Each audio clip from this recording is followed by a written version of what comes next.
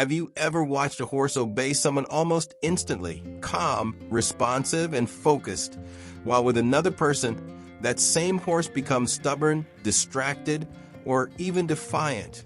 It's almost as if horses can choose who to listen to. But what if that choice isn't about luck or training style or even dominance? What if the real reason lies in something deeper, something invisible, but that every horse can feel the moment you step into their space? Today, we're going to uncover why some horses obey certain people and not others. We'll look at how respect is formed through the horse's natural instincts, what role energy and emotion play, and how tiny, often unnoticed signals can completely change your horse's willingness to follow your lead. And somewhere in the middle, I'll share a story about a horse that taught me this lesson in the most unforgettable way.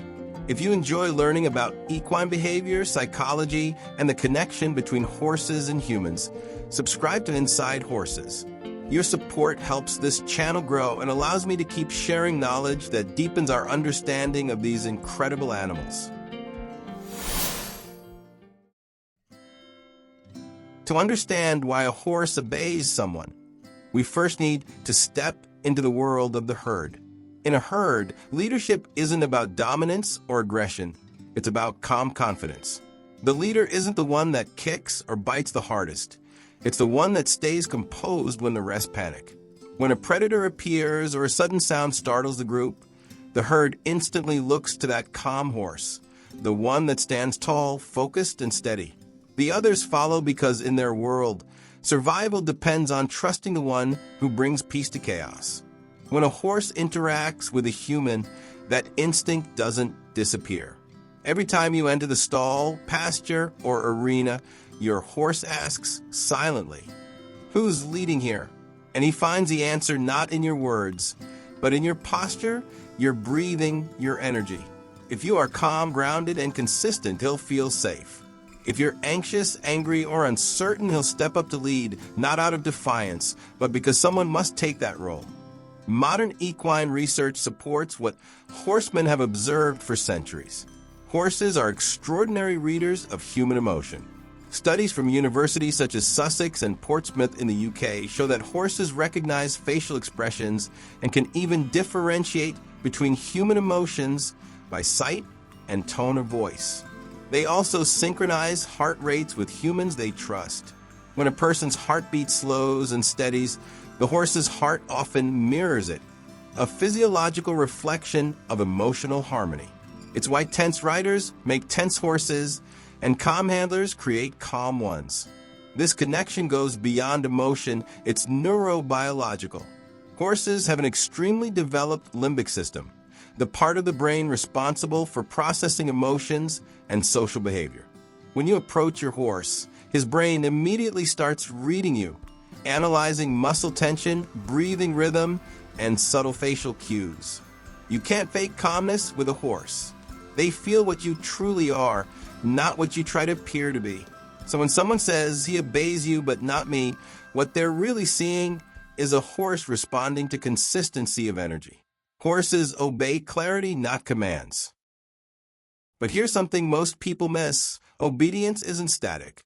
A horse that respects and follows you today may start testing you tomorrow. It doesn't happen overnight, but through small, almost invisible moments. Maybe one day he hesitates when you ask him to move forward. Maybe he turns his head away when you approach with a halter. Maybe he starts stepping slightly into your space, just a few inches, but enough to test if you'll correct him. Each of these moments is the horse's way of asking, "Are you still leading?" And here's the twist. When your energy, confidence, or clarity shifts, your horse feels it first. That's when obedience begins to fade. I once had an unforgettable experience that showed me exactly how this works, and it came from a clever, strong-willed mare named Eureka. Eureka was a gray Percheron cross, medium-sized, about 1.50 meters tall, smart, calm, and incredibly aware of people. Because of her calm temperament and gentle nature, she was chosen to leave mounted patrol work and move into a therapeutic riding program.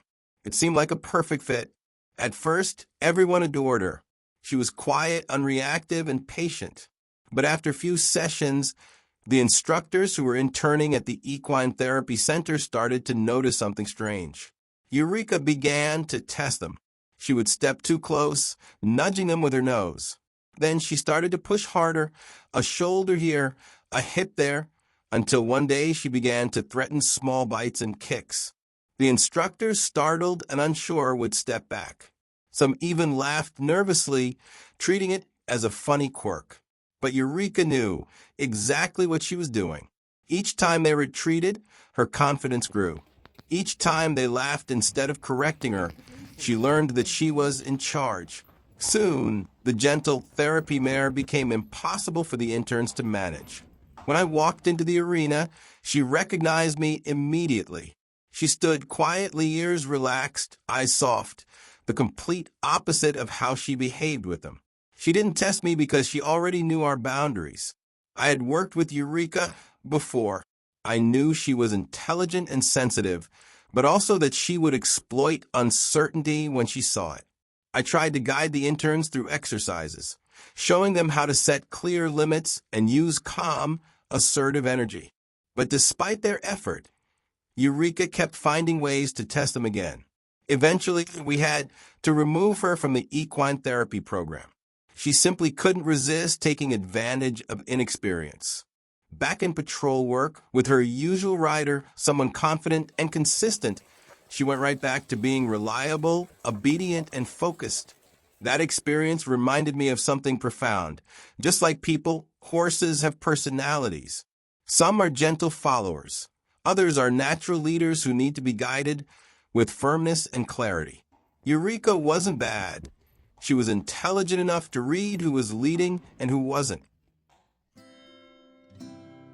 What happened with Eureka wasn't about training style. It was about energy. Horses don't just watch what you do. They feel how you do it. If you approach a horse with hesitation, he senses it instantly. If your voice says walk, but your body says, I'm not sure, your horse reads the truth, not the command. That's why one person can walk into the same paddock and have total cooperation, while another can't get the horse to move a step. In equine communication, coherence is everything. Your thoughts, emotions, and body language must all say the same thing. This is why when someone loses focus thinking about work, worries, or distractions, the horse also loses focus. In my years of working with horses, I've noticed that obedience isn't taught. It's earned through energetic trust. The horse obeys the person who makes him feel secure, who doesn't overreact, who doesn't demand with frustration, but guides with certainty. If your horse no longer listens to you, it's not the end of the world, but it's a signal to look inward. Start with the basics: space, timing, and presence. When your horse invades your space, calmly ask him to step back, not with anger, but with intention. If he ignores your cue, increase the pressure slightly until he responds, then release immediately. That release tells him you're fair. You ask, but you also reward. Avoid rushing or raising your voice. Quick, jerky movements make you look like a predator. Instead, slow everything down. Breathe deeply. Soften your gaze. Let your body project calm confidence. Horses respect the human who controls their own emotions first. I often remind myself, leadership with horses is silent. It's not about who's stronger, but who's steadier. And now comes the most fascinating truth. Obedience isn't forced, it's offered. When a horse chooses to obey you, he's not surrendering, he's trusting. Think of the moment when you walk toward your horse in the pasture. If he lifts his head and turns toward you, that's not just recognition, that's acceptance. It means he's chosen to connect. But if he turns away, it's his way of saying, I don't feel aligned with you right now. In that instant, what matters most isn't the halter or the technique or even your experience. It's your energy, your calmness, your authenticity. Horses, after all, live in a world of truth. They don't respond to masks or moods. They respond to presence. So why does a horse obey some people and not others? Because obedience to a horse isn't about hierarchy, it's about harmony. They follow those who bring stability, not tension, consistency, not confusion. The horse that resists you isn't rejecting you.